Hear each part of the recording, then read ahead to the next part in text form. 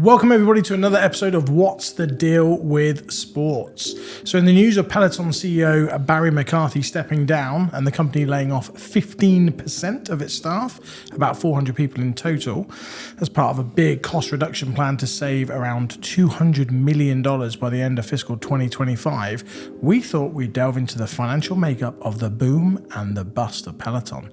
So Tom, what's the deal with Peloton?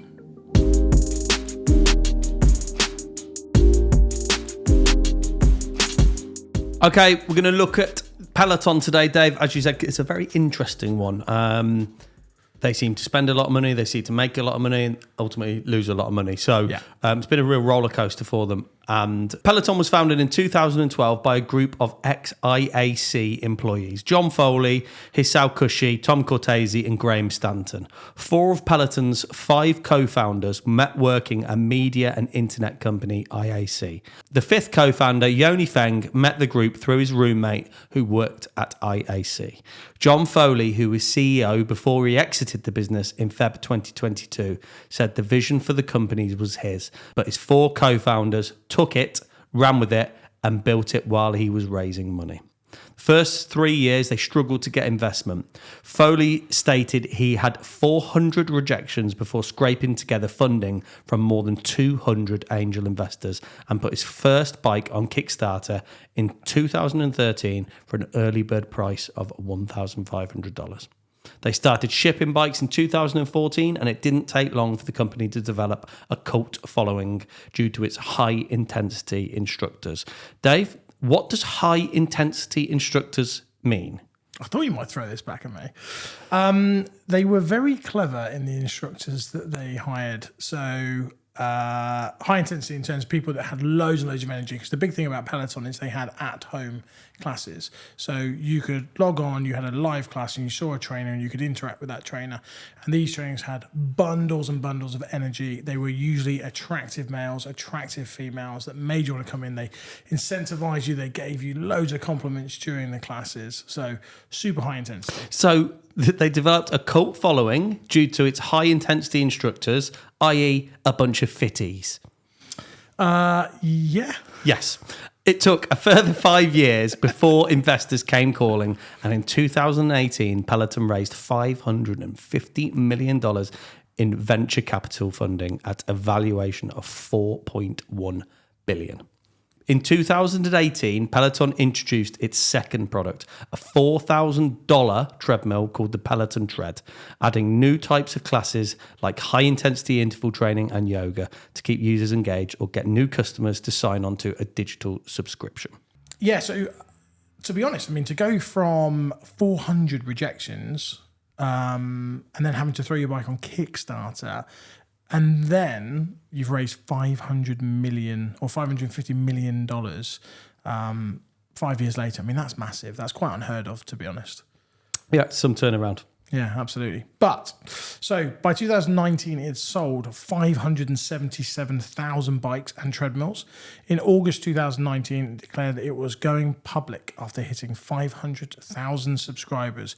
But also, which is pretty common with tech businesses, they had spiraling losses from major investments in marketing, licensing music for its classes. So as we heard, they had issues with their music, so they just chuck on Taylor Swift and all this stuff, and then they had loads. They didn't pay any licensing fees, so they got charged a load of money. I mean, that's wild that they've caught. If they're putting, I'm not sure it was Taylor Swift, I don't know, but if they're putting in like not royalty-free music, then someone just needs their head cutting off, really. That's ridiculous. Yeah, I think it was the fact that they had it playing in the background of the spin classes, but didn't really think that, we need to pay royalty fees on this. Anyway, Peloton went public on September 26, 2019, with loads of hype around it.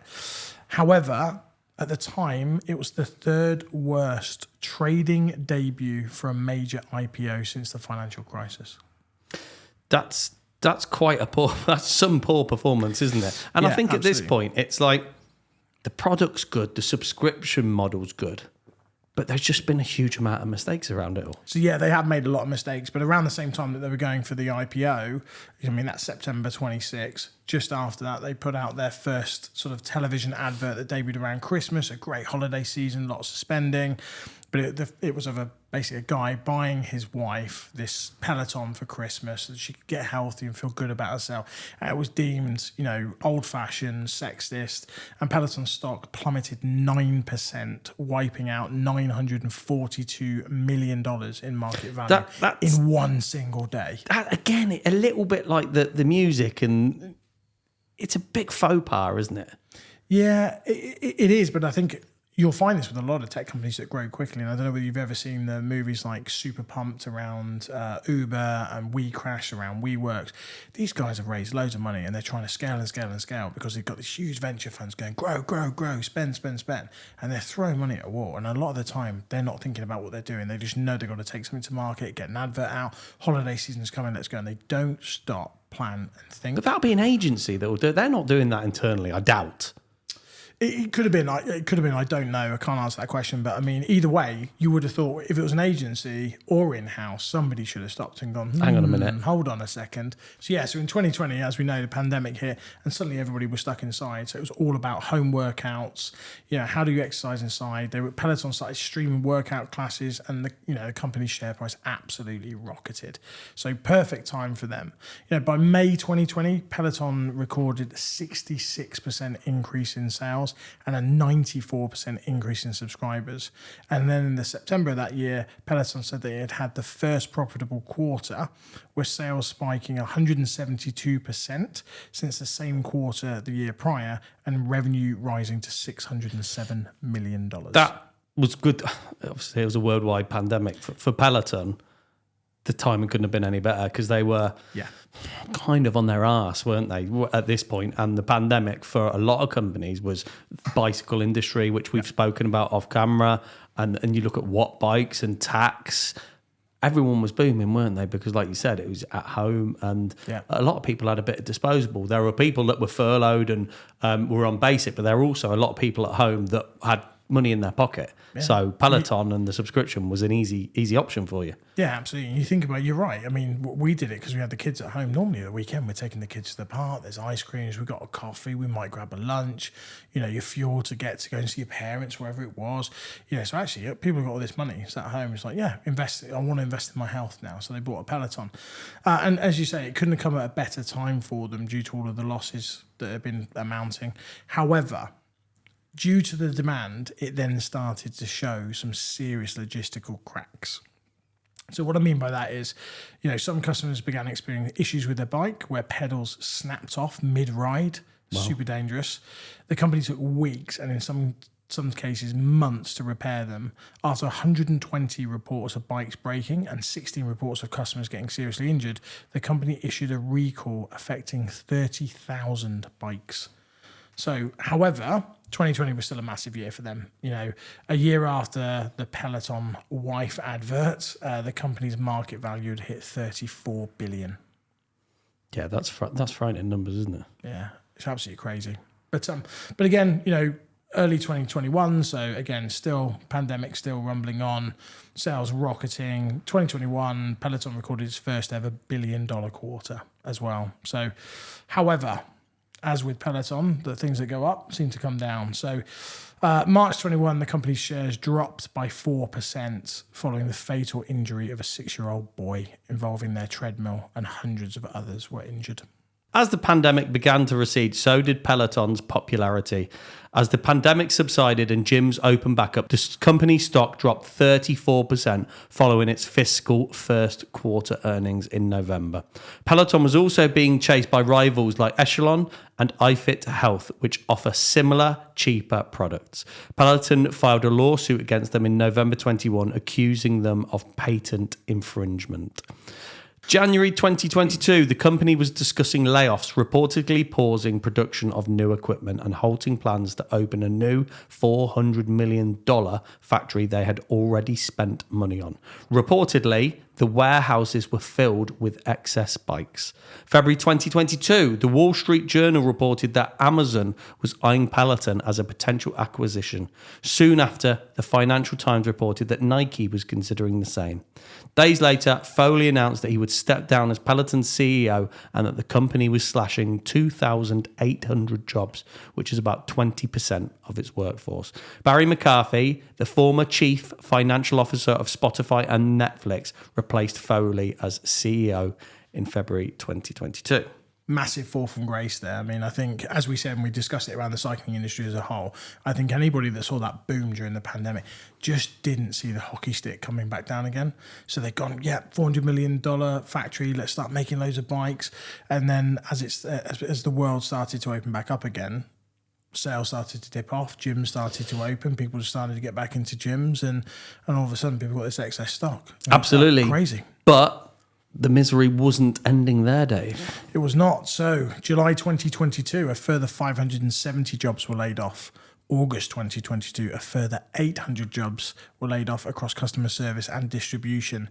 And then in September 2022, which is when Foley actually stepped down as executive chairman, co-founder and chief legal officer Hisay Kushi and chief commercial officer Kevin Cornels also left the company. October 2022, a further 500 staff laid off, mostly across their marketing team. And then 600 further employees had left over the year due to store closures and attrition, etc. However, that brought Peloton's total cuts for the year to over 5,200 people. I mean, if you're laying off that many staff, you're overstaffed in the first place. You've overhired, for sure. Yeah. I mean, 600 people or 500 people in marketing, and you still can't get this stuff right. Yeah, that's frightening. I mean, that is worrying.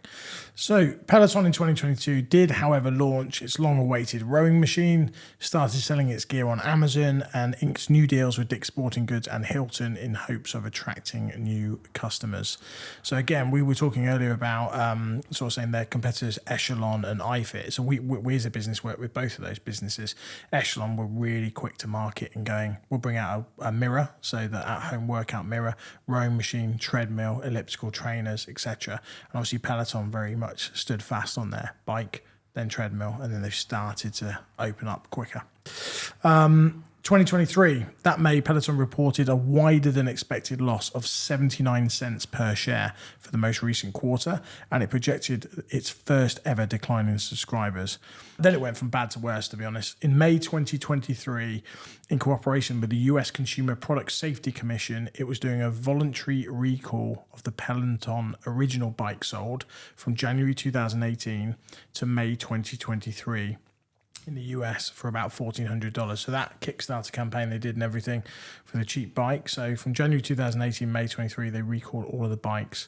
So per the company, or per Peloton, the seat post can break unexpectedly during use, creating a potential fall or injury risk. So Peloton said that as of April 30th, 23, it identified 35 reports of seat post breaking, out of more than 2.1 million units sold. So they'll have to do the rest of their workout out the saddle.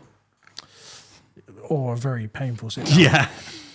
So this brings us back to present day. As Dave said at the start of the podcast, May 2024, CEO Barry McCarthy will be stepping down and that they will be laying off around 400 workers, roughly 15% of its total workforce. The layoffs are part of restructuring efforts to reduce yearly expenses by more than $200 million by the end of 2025 fiscal year.